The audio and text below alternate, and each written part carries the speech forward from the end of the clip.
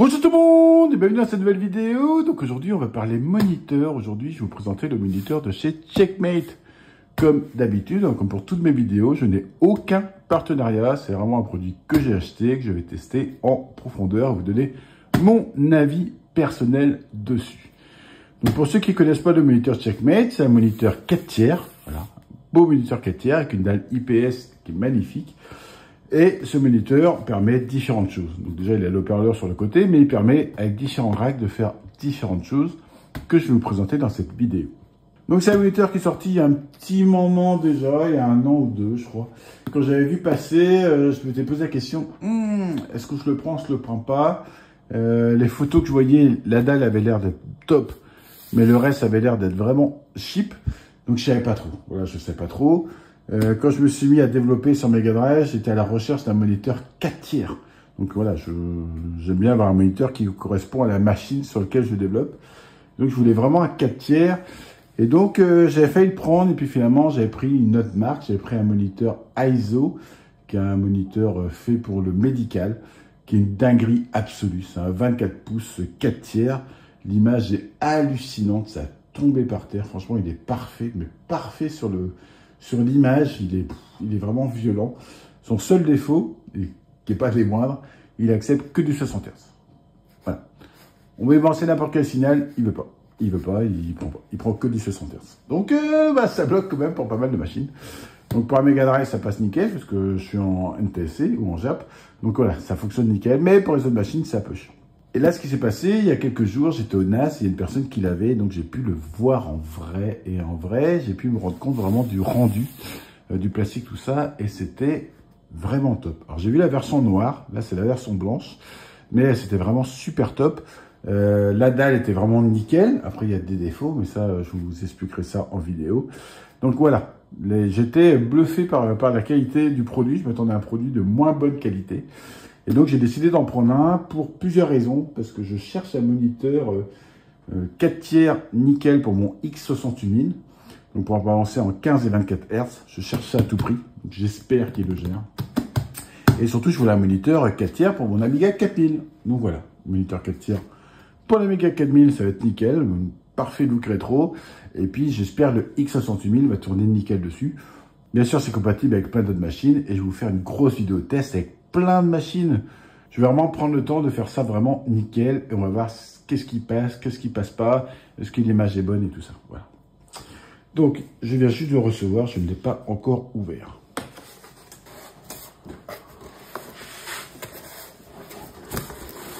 Tac, je décale pour pas toucher la caméra. Je pousse la bouteille d'eau qui est au bout de la table pour pas faire des conneries. Et je... Tada! Bon, l'écran coûte cher, la boîte est nickel, mais voilà, je préfère une boîte peut-être un peu moins qualitative et payer moins cher l'écran. Non, je rigole. C'est vraiment indispensable de bien protéger le produit. Donc voilà, voilà le moniteur. Donc ils disent d'aller voir la notice. Je vais le sortir. Hop.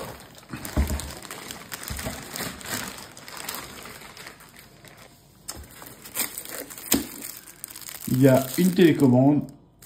Alors, je crois qu'il y avait 2 télécommandes. Je crois qu'il y a un système de 2 télécommandes. Je vérifie comment. Et la gars au NAS, il avait une 2e télécommande. Alors, je sais pas pourquoi. C'était pour piloter le GBS, mais je sais pas. Ne sachant pas, on va pas s'énerver dessus. Hop, allez hop. Je vire la boîte. Donc le voilà. Donc le plastique en blanc est vraiment super beau. Franchement, il est super beau. J'avais vu que le modèle noir, mais le modèle blanc est vraiment nickel. Donc là, il y a un bouton d'allumage. Ici, il y a un petit écran LCD pour faire différents réglages. Un potard de réglage. Quelques boutons. Ah non, c'est de là l'allumage. Ça doit être juste seulement une LED. Derrière, en plus, il est rotatif. Ça, c'est nickel. Le pied, il est rotatif, il s'incline et tout. Franchement, c'est top. Derrière, je vois qu'il y a plein de trucs dedans. Donc, dedans, je dois avoir peut-être la télécommande, l'alimentation et tout ça.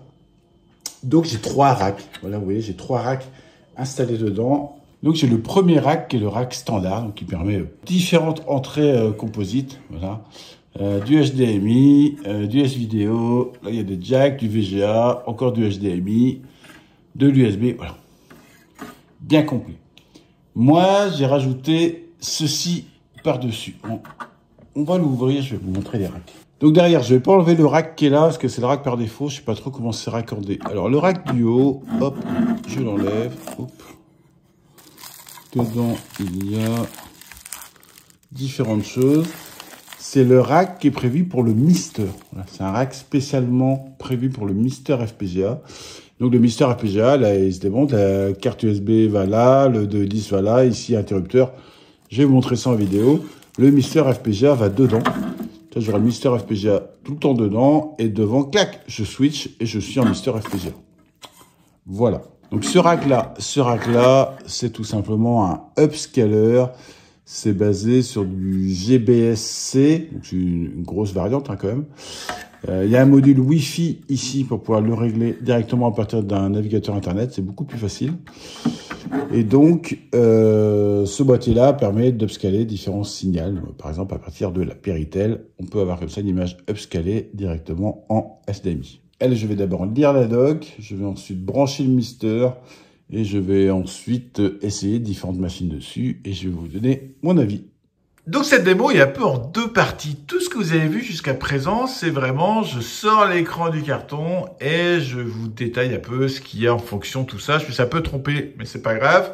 Je vais corriger ça maintenant parce que la suite de cette vidéo, donc à partir de maintenant, il s'est passé presque une semaine. Voilà, j'ai pris le temps de vraiment tester plus en profondeur l'écran et je vais vous dire ce que j'aime, ce que j'aime pas. Je vais vous montrer différentes choses avec et on va faire un tour beaucoup plus complet. Aujourd'hui, je vais pas forcément vous montrer beaucoup de machines en Péritel ou en HDMI. Je vous montrerai ça dans une future vidéo quand j'aurai tout remis en place dans mon bureau. Là, on va faire le tour des différentes parties et je vais m'intéresser aujourd'hui surtout à la partie Mister. Donc, l'écran par défaut, je vous ai dit, il y a cette partie-là. Voilà, cette partie-là qui est par défaut. Il faut savoir déjà que les interrupteurs, là, c'est allumé et là, c'est éteint. Ouais, ils sont inversés. Alors, tous les interrupteurs sont inversés. Voilà. Je t'explique pas, c'est comme ça. Bref. Donc, ici, c'est l'alimentation. Ici, c'est une prise casque. Ici, c'est une entrée audio pour le VGA. Donc, quand vous passez en mode VGA, vous pouvez utiliser cette entrée audio. Ici, c'est le VGA. Donc, sur le VGA, j'ai branché mon X60000. Il fonctionne en 31 kHz. Il n'y a pas de souci. Par contre, quand je lance des jeux en 15 kHz, par exemple, Ghoul & Ghost, ça fonctionne pas. Voilà. Ça marche pas. Il prend que du 31 kHz. Donc, c'est un peu dommage.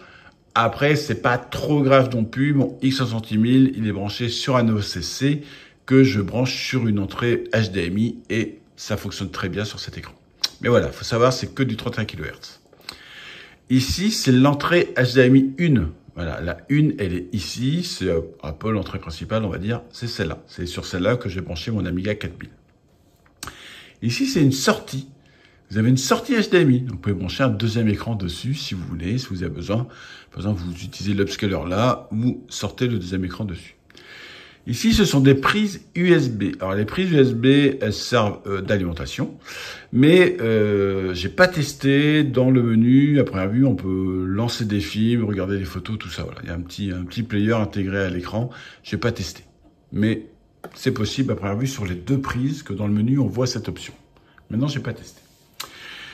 Ici, c'est une entrée composite, donc l'audio et la vidéo. Hop, là, c'est une deuxième entrée composite. Donc l'audio, la vidéo. Ça, c'est une sortie audio. Voilà. Si vous voulez brancher des haut-parleurs ou autre chose, vous pouvez récupérer là le son. C'est-à-dire qu'il y a des haut-parleurs de chaque côté. Le moniteur a un son qui est correct, qui est vraiment bien fort. Franchement, il est vraiment bien fort. Donc voilà. C'est une possibilité. Si vous avez besoin de plus, vous pouvez brancher là. Ici, ce sont des entrées HDMI.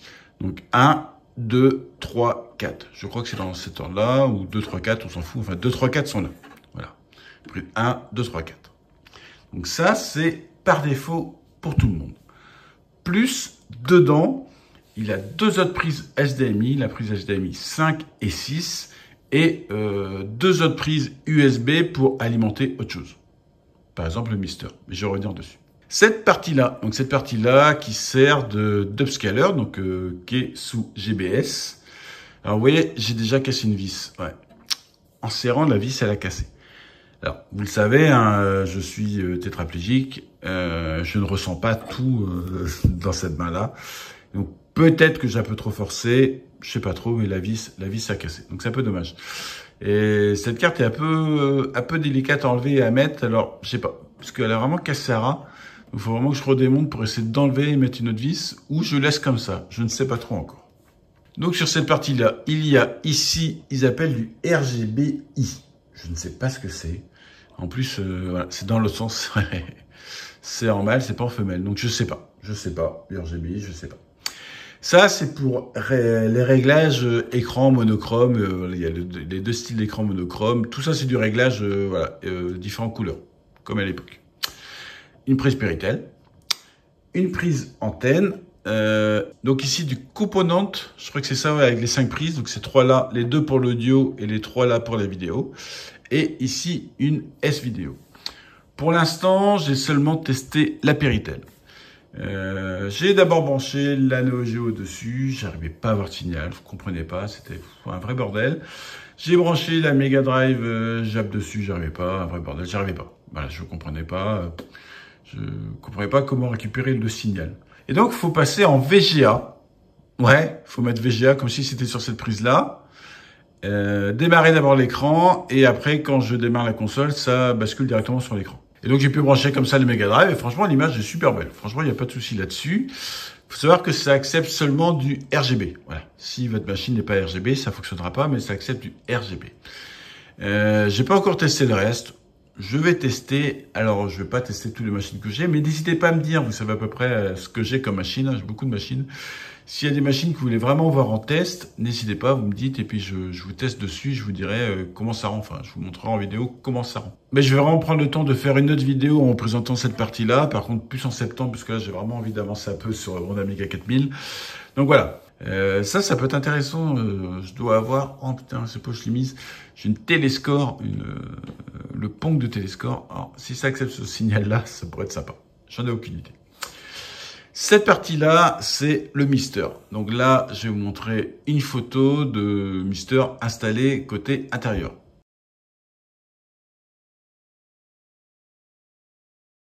Donc à l'installer, c'est pas compliqué. Moi, j'avais un Mister analogique tout monté. J'ai dû tout démonter, tous les plateaux et tout, pour inverser justement les entretoises pour que les vis soient dans l'autre sens. Voilà. J'ai tout démonté et j'ai remonté couche par couche. Il n'y a pas de souci. Donc ça le fait. Le seul truc que j'ai, c'est ici le snack. Vous voyez, il est un poil trop bas. Il n'est pas à la bonne hauteur. Donc là, c'est impossible que je branche le snack dessus. J'ai vu des photos de Mister monté et les gens n'ont pas ce souci-là. Alors je ne sais pas si c'est parce que j'ai le l'IO board analogique et donc le snack un petit peu plus bas que les autres IO board. Je ne sais pas, mais en tout cas, ça tombe pas juste. Ça, c'est dommage. Ici, c'est si vous avez une IO board non analogique, vous pouvez récupérer le VGA et mettre ici la sortie VGA si vous voulez. Voilà. Et celui-là, je ne sais pas à quoi il sert. Et par contre, niveau branchement, donc j'ai pu brancher le HDMI 5 dedans. Voilà, j'ai branché le truc HDMI dedans. Et puisque celui-là, il est branché sur le 6. Et j'ai pu alimenter directement le Mister avec l'USB qui est dedans. Comme ça, c'est propre, il n'y a pas de câble qui dépasse. Ça, c'est vraiment nickel, c'est propre. Donc maintenant, je vais vous montrer surtout le côté Mister pour cette vidéo. Cette partie-là, je vais vous montrer sur mes vidéos avec l'Amiga 4000. J'ai essayé l'Amiga 4000 dessus, hein. Franchement, c'est super propre. Donc ça, je vais vous montrer au fur et à mesure que je remonte l'Amiga 4000. Vous allez voir ça en vidéo. Et cette partie-là, je ferai une vidéo vraiment dédiée. Allez, c'est parti pour le côté Mister. Donc voilà, je démarre l'écran. Le Mister démarre en même temps. HDMI 5, voilà, Mister FPGA, il est là, il est directement dedans. Et ça, c'est vraiment super classe. C'est vraiment super classe. En plus, je peux brancher clavier souris en USB derrière. C'est vraiment nickel. Je branche le contrôleur que je veux. Franchement, c'est top. L'intégration est vraiment très belle. Là-dessus, il n'y a pas de souci. L'image, elle déchire vraiment. Ce qu'il y a comme souci, c'est que, vous voyez, ici, il y a un bouton. Si j'éteins, ça n'éteint pas le Mister. Voilà, je vous montre. Derrière, bah, vous voyez, hein, ici, ça reste allumé. Le Mister, ici, on voit les LED. Ça reste allumé. Ça éteint rien du tout. Ça met juste l'écran en veille. Voilà. Donc, c'est un peu dommage. Je rallume l'écran. Hop. Donc, le seul moyen d'éteindre proprement, enfin, le seul moyen, il y en a deux, c'est soit vous éteignez derrière avec les interrupteurs. Voilà, ici. Personnellement, j'ai décidé de tout laisser allumé et j'utilise une multiprise. Clac, quand j'allume, d'abord dans mon bureau, tout est sous multiprise, divisé par secteur. Quand j'ai besoin de cette partie-là, donc Amiga 4000 avec l'écran, clac, ça met du courant dans le 4000, ça met du courant dans l'écran, le Mister s'allume à ce moment-là. Donc voilà, ça, faut le savoir. Autre point qui est vraiment étrange, vous avez vu le Mister, il est en HDMI 5. Si je vais ici, ah, il apparaît maintenant, HDMI 5. Ok, bah il apparaissait pas avant. Avant, je voyais HDMI 6 qui apparaissait, et donc là, il allume le 6. Je sais pas si vous voyez le petit écran. Je suis un petit peu trop haut. Hop.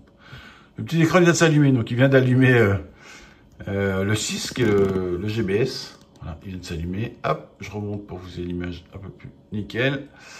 Bon, bah ça fonctionne. Ok, autant pour moi. Avant, je pouvais pas aller.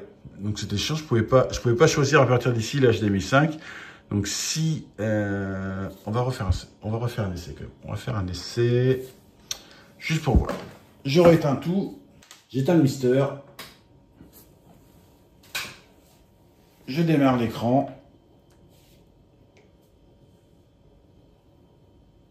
Donc là, le GBS, étrangement, s'est rallumé. Ah, je reste peut-être en HDMI 5 parce que c'était la dernière source que j'ai choisie. Mince. Et pop, pop. Si je fais...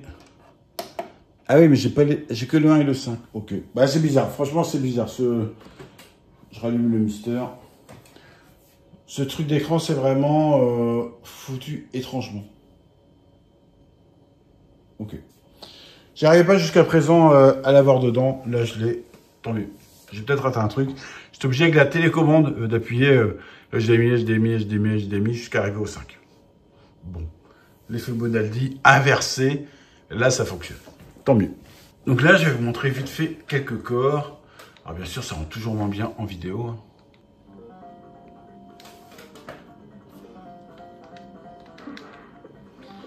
Vous avez vu la qualité d'image? C'est sublime. Franchement, c'est sublime.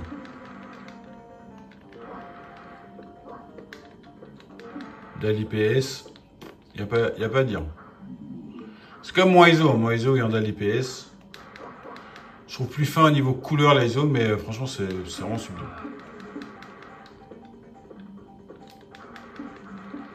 Allez, je vous mets autre chose. Je vous mets la Super Nintendo. Bien sûr, je vais faire démonétiser à cause de la musique, mais c'est pas grave. Voilà.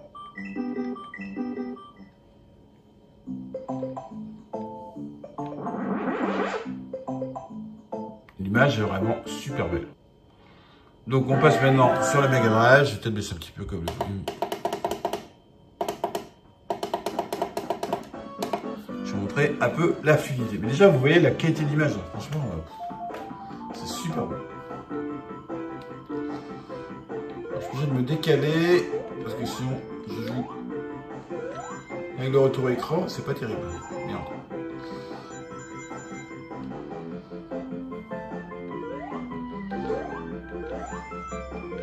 J'aimerais bien aller un petit moment où ça spile.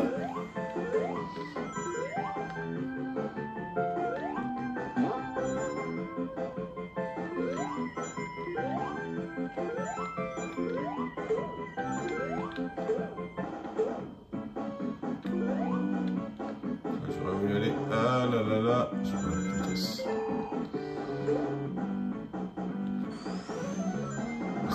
C'est raté. Bon, tant pis. Enfin, vous voyez, c'est vraiment super fluide, il n'y a pas de souci. Ça tourne vraiment super bien. Là, c'est... C'est ça que je vais vous montrer. Voilà, un peu de Neo Geo.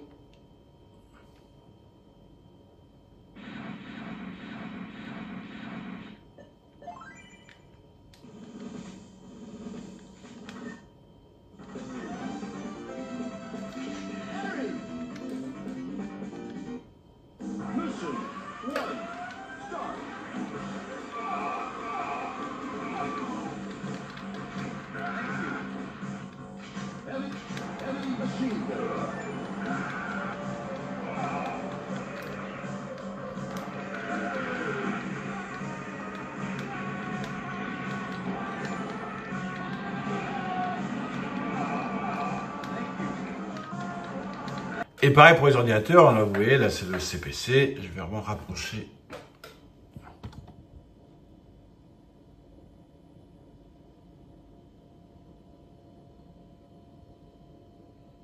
C'est vraiment super net de chez Supernet, je sais pas si vous vous rendez compte, mais c'est vraiment, c'est sublime, franchement c'est sublime. Là, vous pouvez bosser sur le CPC, nickel, il n'y a pas de souci. Et puis bien sûr le Mister, plein de machines comme ça différents. Branchez seulement clavier souris et vous êtes peinard. Un petit MSX. Voilà, petit MSX. Franchement c'est nickel. Clavier souris. Après je vous ai déjà dit, hein, ça reste du FPGA, donc c'est pas du 100% parfait, mais franchement vous avez largement de quoi vous amuser avec, de quoi bosser, il n'y a pas de souci. Hop. Je monte de près. C'est super net, franchement super net. Hop. Et pareil pour énormément de machines, c'est vraiment super net.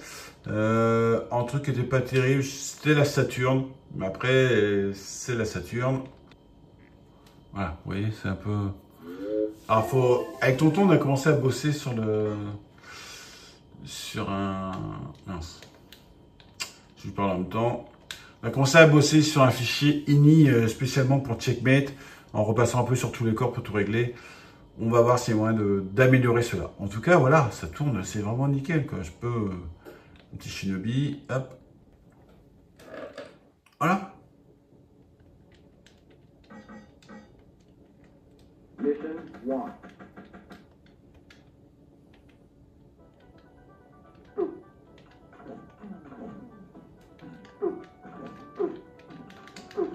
Et l'image est vraiment magnifique.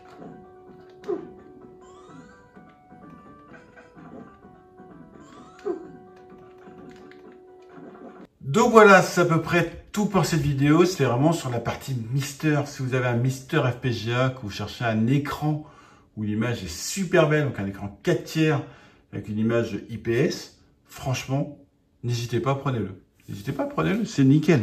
L'intégration est vraiment nickel. C'est dedans. Point barre.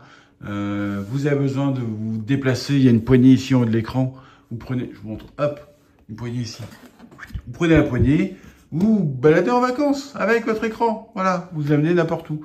Vous êtes dans votre bureau, il y a des enfants d'amis qui viennent, clac, vous prenez l'écran, vous le mettez dans une pièce, vous branchez 2 manettes, les gamins ils jouent, c'est nickel, franchement c'est nickel. Pour l'intégration du Mister, c'est vraiment super top. Je suis très content d'avoir rajouté justement la barre, parce que ça à part, hein, ça à part le kit Mister, c'est un kit acheté à part. Je suis vraiment très content d'avoir pris. Et c'est nickel, franchement, voilà, c'est vraiment super propre de chez Super Propre.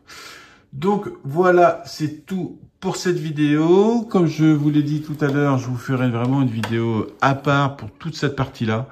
Donc on va brancher différentes consoles. S'il y a des consoles que vous voulez vraiment voir, n'hésitez pas à me dire. J'ai beaucoup de machines, donc n'hésitez pas à me dire s'il y a vraiment des machines que vous voulez voir. Et puis cette partie-là, moi je vais vous montrer surtout la partie HDMI avec l'Amiga 4000. Voilà, sur la vidéo d'Amiga 4000, vous allez voir ça. Je vous montrerai aussi un peu quand j'aurai remis dans mon bureau. Je vous remontrerai le X68000 branché sur la partie VGA.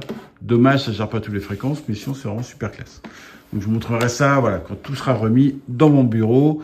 En tout cas, la partie HDMI Amiga, pareil, c'est super net là, vous voyez.